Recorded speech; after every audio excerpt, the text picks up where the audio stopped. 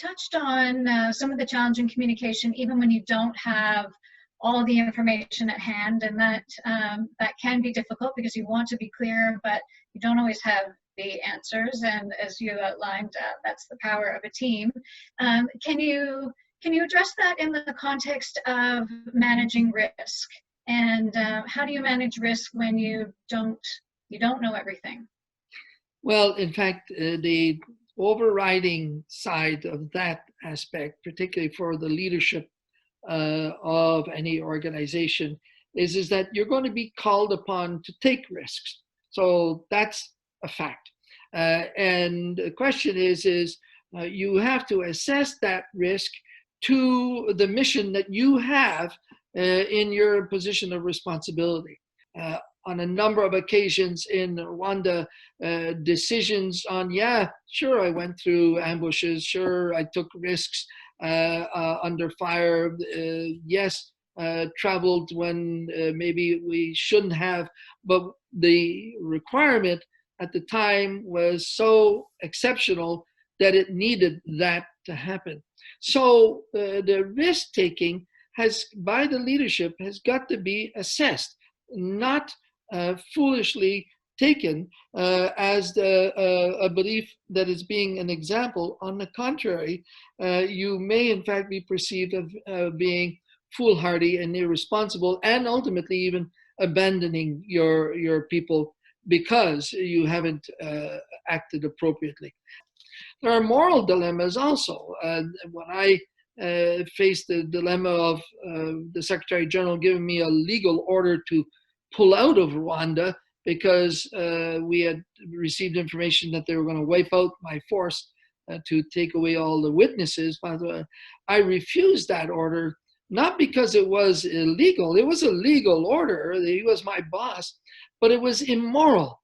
It was immoral because we were protecting over 30,000 Rwandans, and if we had pulled out, they would have been slaughtered just like the others, and that was a guarantee. So you're also going to find yourself, yeah, you can take the right legal decision or not, but you'll also sometimes face a moral dilemma that may be in adverse to the legal side. And then on top of that, you throw in an ethical dilemma. It was fine for me to say that I'm staying, but by refusing a legal order, I became a rogue commander. So I could not impose my will on my subordinates because I was an illegal commander.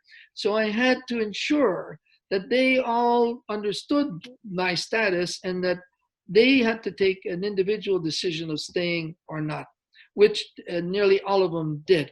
And so you've got that ethical side of the house in regards to responding to what the human beings consider to be in their normal sort of construct of an organization.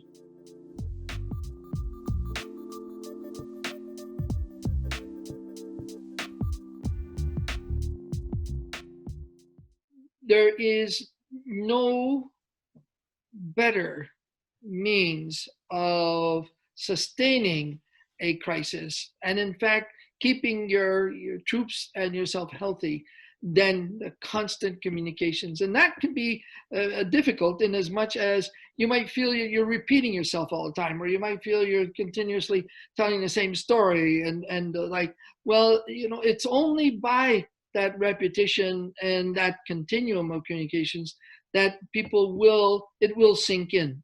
And just look at how often they're telling us, to wash our hands and things of this nature in this current crisis. Well, they got to do it because it's not necessarily part of our normal routines to that extent. And so you're educating, you're helping them, and you're giving them tools to survive. And so you can't do it alone. And that's the most dominant thematic of communications in regards to the leadership in a crisis. You've got to keep links with peers, with authorities that are either higher or simply communicating with those in which you have trust and are familiar with, in order that you can ensure that you're not building up inside you the stresses, and also it could potentially even be the guilt of decisions that you're taking in some of these ethical and moral dilemmas that you're facing. So you have got to make sure you don't feel alone, that you are communicating, that you're talking to other human beings, even if it's only to vet, and then be able to feel that you're not alone in this exercise. And the second dimension of that is that you'll not solve it alone. So you might as well establish that communication so that you are sustained and in fact encouraged. For those who are working for the troops, if I would call it, their demands are absolutely critical. They have got to be able to talk amongst not only themselves, but they've got to hear repeatedly the message that is pertinent to your handling of the crisis, to the reality that's there. And the overriding factor, overriding dimension of your communications with them and what they expect is you don't try to outsmart them. You don't try to treat them like grade 9 students. That in fact, you tell them what is happening and you maintain your credibility by in fact giving them the real duff. And not by attempting to walk around it, smooth around it for whatever reason you might think is applicable. If you don't have all the answers, then you got to tell them you don't, and that you are working on it. But if you try to BS your way into this, they'll catch you out. You'll lose credibility, and they'll see it in your eyes, and then your ability to keep the team viable and survive this with the minimum amount of casualties will be significantly eroded.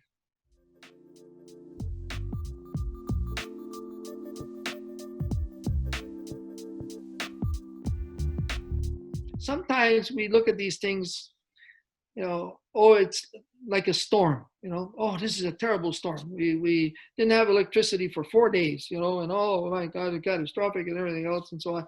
And so you live that, and people have a hard time living through that, but they've lived it. It's finite, it's ended, now we're back to normal. We are not going to be back to normal soon. And on top of that, we don't even know the extent of the threat that we're facing. And so unless communications and sustaining communications to the front lines, to them, they're going to feel not only isolated, but they're going to feel overwhelmed.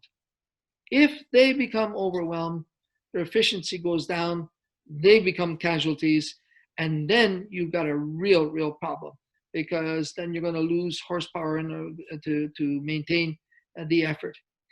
And so the scale of support for the whole psychological framework of our society has got to be ramped up as we move towards the end of this, versus ramped down.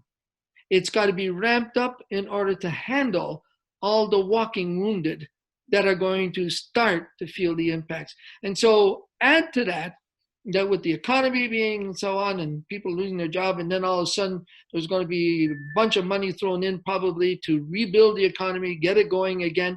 And so there's going to be a lot of pressure on people to produce faster concepts, faster outputs, faster getting people back to work and so on.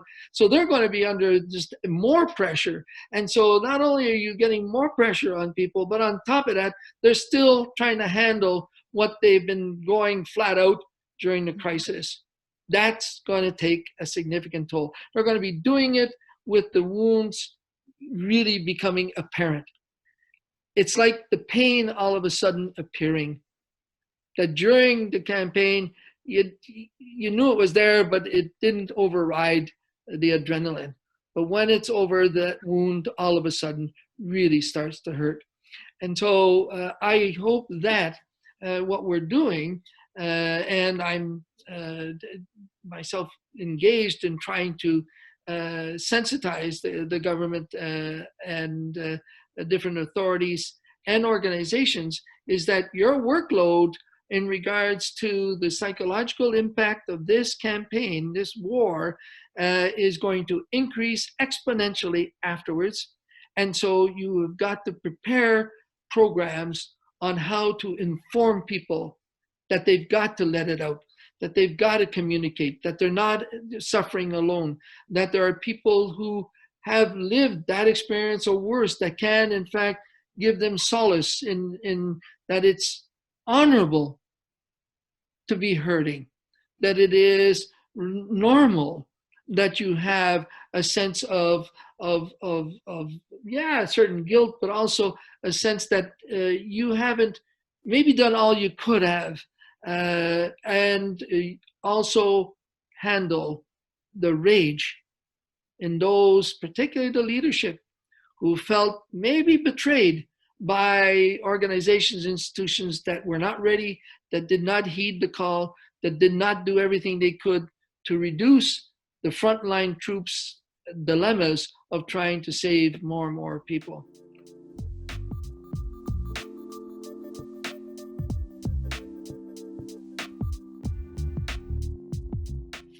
I also think that there's one group that can also benefit significantly from this, and hopefully the leadership demonstrates a certain wisdom to recognize it, is the place of women.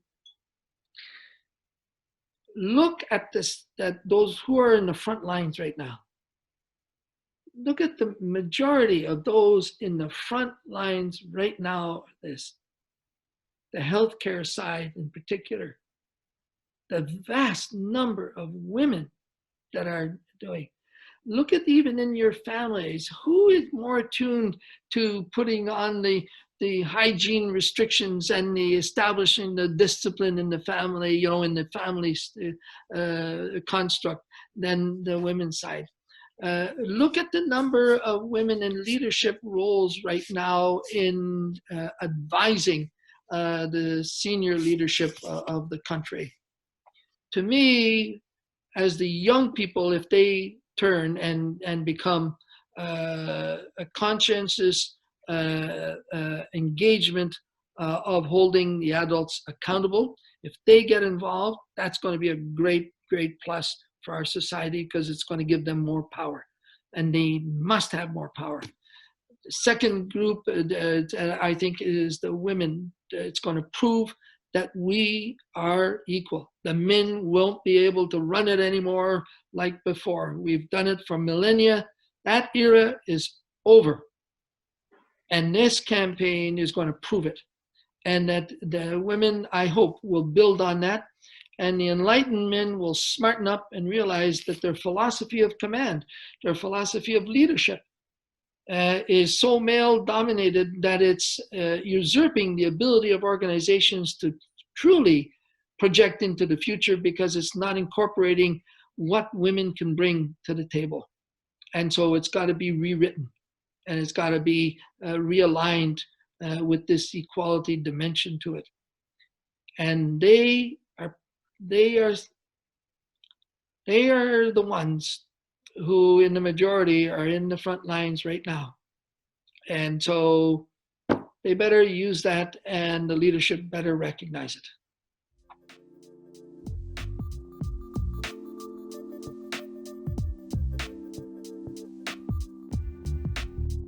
The last question, and maybe that's one that you can build off on, to give us last words and a sense of inspiration, is about your approach to gift of self and how that might relate to leadership and what we're going through.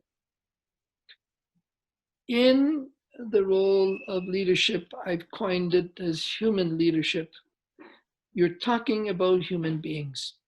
And as such, unless the leadership is humanly engaged and demonstrating that it is truly sensitive to the impacts of all that is happening around them, and that they are holding forth that they are in position of responsibilities and they want to accomplish it, and they're doing their best, and they're communicating that. I think that essence of command, that essence of leadership, will be sustained. If we see any wavering or blinking on the part of a leader in a moment of crisis, that they're not in the forefront, that they're not there with the troops, that they're not living it and at the heart of the crisis, and showing that they are the heart of the crisis resolution and solving, then you're gonna have a disconnect. And so that will demand on leaders a very important question, because in the military we have three priorities: the mission first, your people and how you take care of them, make sure they're ready to do the mission, and third, can you handle it? Can you sustain it? And if you can't, do you have the honesty to move aside, and or if at least pull in those who can and make them build around you that sense of confidence that people need. Don't try to do it alone if you can't, but pull in people who can and listen to them. So sustaining that effort is what we're going to be monitoring over the months to come, because the months to come doesn't just include while this thing is ongoing, it's going to be the months after it. They're not going to go on vacation. They're going to be even working harder to try to put this thing back together as a great nation.